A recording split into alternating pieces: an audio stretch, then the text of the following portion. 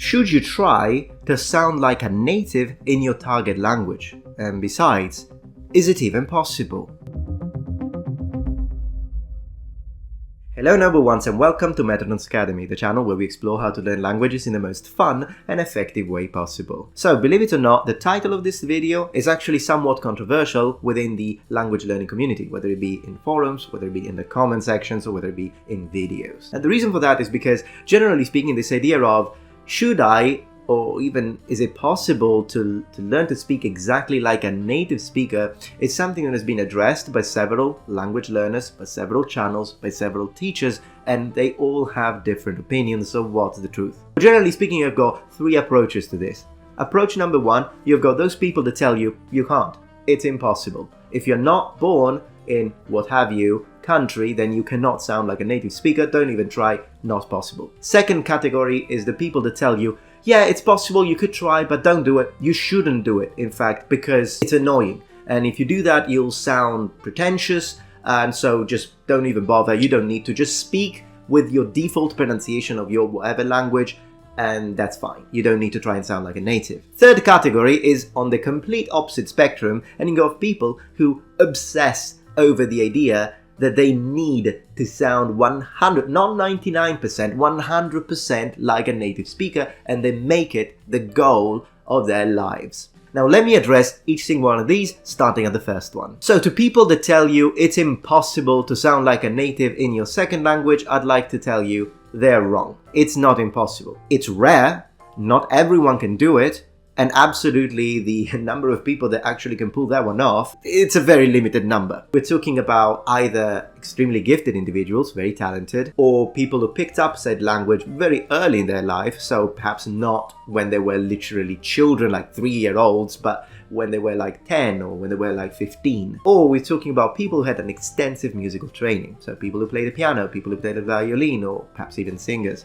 But I'll make a dedicated video on this third option. So, I'm not saying it's easy, and I'm not saying that everyone can do it, but I'm saying as a human species, it is not impossible to reach 100% native-like pronunciation in your second or third or 15th language. And in my experience, those who say, it's impossible, you can't do it, it's people who literally cannot do it. But honestly, just because this person cannot, I'm not gonna tell you that you can't, because maybe you can. So with that out of the way, let's address point number 2. To those who say don't do it because it's awkward, it makes you sound silly, just pronounce it in your natural default way. Well, these people also don't really understand the mechanics of language learning, in the sense that things take time, but if you don't start, you'll never reach your goal. Is it true that when you try and mimic the pronunciation of natives, you won't sound natural? Yes, it's true.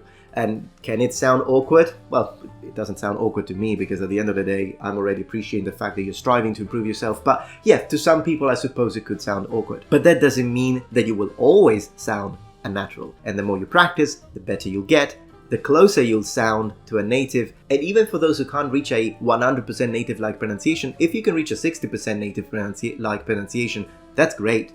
Now, why is it great? Well, it's great because if you were to just use the default pronunciation, so your default accent, and bring that 100% into your target language, well, first of all, that could be a problem. It could impede communication because native people are used to a certain sound. And if you change that sound too much, they might not be able to recognize it. So depending on how distant your native pronunciation is, your native language is, to your target language, this could be more and more of a problem. In the sense that if you're a Spanish speaker and you speak Italian with a Spanish accent, in the majority of cases, Italians will still be able to understand you. But if you're a Spanish speaker and you 100% use your default pronunciation when you try and learn Korean or when you try and learn Mandarin, that could be a huge problem when it comes to communication. So the ability to be understood when you speak is enormous. It's of paramount importance. And that's why I believe it is important to at least try to sound as close to a native as possible. For some people, this will mean 100%. For some people, it will only mean 50%. But even if it's an improvement of 30%, it still makes it clearer and it makes you sound more natural in the ears of those who speak it as a first language. Another reason why I think it's important to try and mimic native-like pronunciation is because it makes you sound more proficient. And this is great not only for your own personal satisfaction, it's also important when it comes to, again, striving to achieve communication. Because if you have a very thick accent, a native speaker might think that your overall understanding of the language is not that great. That might not be the case. Maybe you know like 10,000 words and your grammar is perfect, but if your accent is extremely thick on the non-native side, they might misjudge you. And you don't really want that. Instead, if you sound really good and you sound really close to a native speakers might think that you know more than you actually do. Maybe you only know 600-700 words, but you pronounce them so well, and then they will probably think you're much better than you actually are, which is always nice to have. We can also consider it as a little bit of an invisible business card to your abilities. If you go to a job interview, and I've done my fair share, and during this job interview they are evaluating your ability to speak, they don't have time to check every single word you know. They will judge you by your fluency, the overall correctness of your sentences, but also your accent and pronunciation. They will play a part. Last but not least, I think it gets you closer to the culture. It's a form of respect. If you don't care at all about how people pronounce their own languages, but you're still trying to learn that language, it doesn't really speak well about how much you are really interested in that culture and language. And once again, you don't need to reach 100% native-like pronunciation, but at least if you strive, if you hear that they say something in a way that you wouldn't, and you're like, oh, that's how they say it, really cool, I'll try and do it too. People will like it. It will make it sound like you care. So, to wrap up the second point, if you still have a light foreign accent, it's fine. In fact, it can even be charming. But sticking to a very thick accent is counterproductive. And I think I could be a good example of this because I think I have a good accent when I speak English, but it's not perfect. And I know that sometimes, one letter that I still struggle with sometimes is this one here, because in Italian, as a register in my mind, and that's my default, this is always read as a E. But in English, this can be read as a I or as a E. The thing is that the sound doesn't exist in Italian. So when I focus, normally, because it's been many years, I do pronounce it like a so I say Tim, tin, this, sit, limerick. But if I don't focus, or I'm tired, occasionally it will slip up, go back to default, and I will say Tim, tin, limerick. And if you have watched enough of my videos, you'll notice that occasionally I still slip up. I think that's a good example of a light accent that is fine, it's not a big deal. Okay, what about the people that completely obsessed over trying to reach 100% perfection in pronunciation? And I think we can divide them into. You've got people that do it and love doing it. It's like a passion of theirs. And if that's your case, by all means do it. I mean, it can only be beneficial to you if you enjoy it, if it's something that really helps you get out of bed in the morning and just get into it, work hard, try to reach it. It brings you pleasure, it makes you feel good. Do it.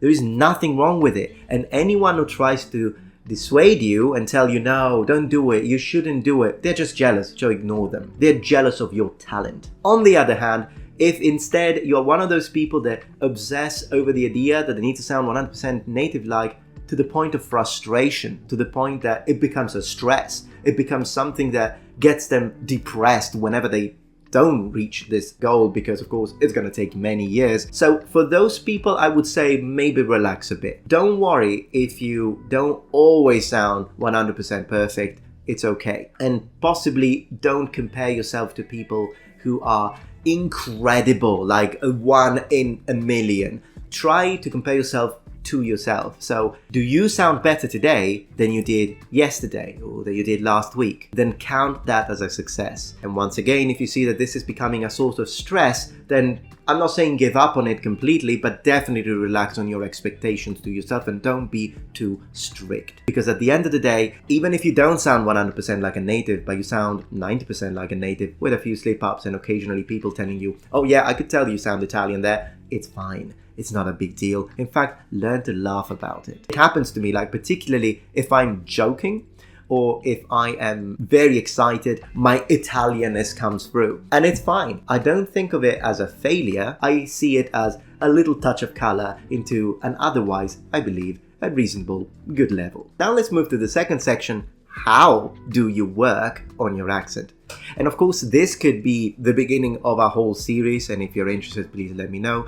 Also because I will have to take into consideration a lot of factors and a lot of variables. So there isn't one single tip that will work for all. There are lots of different pieces of advice that will need to be specifically designed for you. So of course, if you're learning Mandarin, we'll have to talk about tones. If you're learning Japanese, we'll have to talk about pitch. If you're learning Italian, we'll have to talk about consonants and vowels, what I like to call dry consonants and dry vowels. I'll make a dedicated video. And all of that will depend on what language you're coming from, because there will be different obstacles that you'll need to overcome depending on that. And just to give you an example, when in English you have to pronounce the TH, for me, that wasn't difficult to pick up. So mother, the, and think, the, these weren't difficult. But I have to tell you something funny. When I first moved to England and I was spending a lot of time with people from London, I noticed that a lot of the people there, and mind you, I was a teenager, right? A lot of the people that I was hanging out with were not pronouncing the TH as a th, they were replacing it into an F.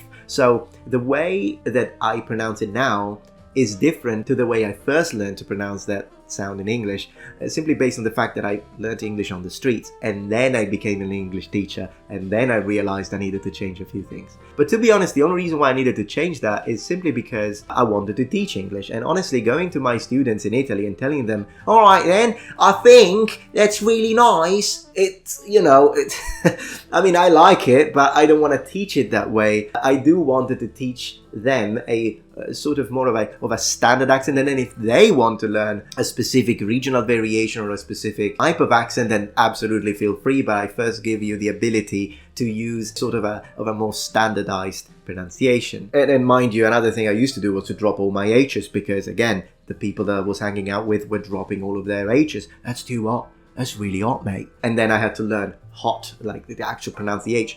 Do I still do it? It kind of depends, because if I do talk to my friends and my mates on the phone, it goes back to that. I'm like, yeah, that's right, mate. Yeah, that's what I thought. So it goes back to that. It depends on the scenario, but I've learned to switch. With that being said, how do you work on pronunciation? Well, there are a few factors that play a pivotal role in improving your ability to speak. And the first one is to try and strive for sounding natural. I am going to post, probably, I don't know if it's going to be the next video or the one after that, but I will post a video on overcompensation. Because overcompensation is one of the, I don't know, it's the big final boss that you need to defeat early on in your game to learn to pronounce things naturally, in order to do that, in order to reach a goal that is significant and is going to make you feel good. Because overcompensation is a problem. I will make a dedicated video to that, so I'm not going to spend too much time speaking about it, because I will release it soon. But definitely one thing you want to do is exposure. Don't mix and choose one accent. Mixing makes it sound like you don't know what you're doing. So if you start a sentence sounding like an American and then you switch to a Kiwi accent and end it up in an Australian accent with a little bit of British there, it sounds like a mess. So my suggestion is, if you move to Boston and you absolutely want to get a Boston accent with a very open, close the door, and that kind of sound, then by all means do it, but then don't switch to a California accent, because that's gonna sound weird mid-sentence. I mean, it'd be great for stand-up comedy, but I mean, I'd leave it at that. And this, of course, can be applied to any language. If you want to speak Mandarin, choose an accent. If you want to speak Italian, choose an accent. Standard being usually the one I recommend, but to each his own. Last but not least, absolutely ask natives to help you. Ask them for feedback. And don't focus on a single word at a time. Because one of the things that makes you sound natural is your sentence level intonation. And if you just give them words and you tell them, I'm going to pronounce a word for you. Water. Water. Or maybe water or water. If you just give them one word, they might tell you, yeah, that sounds good, that's great. But then when you place it into a sentence, there are some intonation problems, there are some interconnection problems between the vowels that you're not aware of, and you're not getting feedback on that. So rather than recording yourself with single words and send them to your native friends, record yourself speaking like a few sentences, read a few sentences, speak naturally, send it to them, and ask them for feedback. Of course, there is a lot of material out there that you can use, stuff that you can listen to, movies that you could sort of steal a little bit of pronunciation characteristics from, but definitely dedicated courses could be an idea, and I will be making one here on this channel. It's just that it's going to take a little time to produce because I'm going to have to make one per language. So yeah, it will take some time, but they will be available on this website. So absolutely make sure to click that notification bell and subscribe if you haven't to Metatron's Academy. And for now, I'd like to leave it at that as a little introduction to understand the pros and cons of trying to sound like a native and how to do it in the most productive way. If you have any questions, feel free to ask in the comments below. Thank you.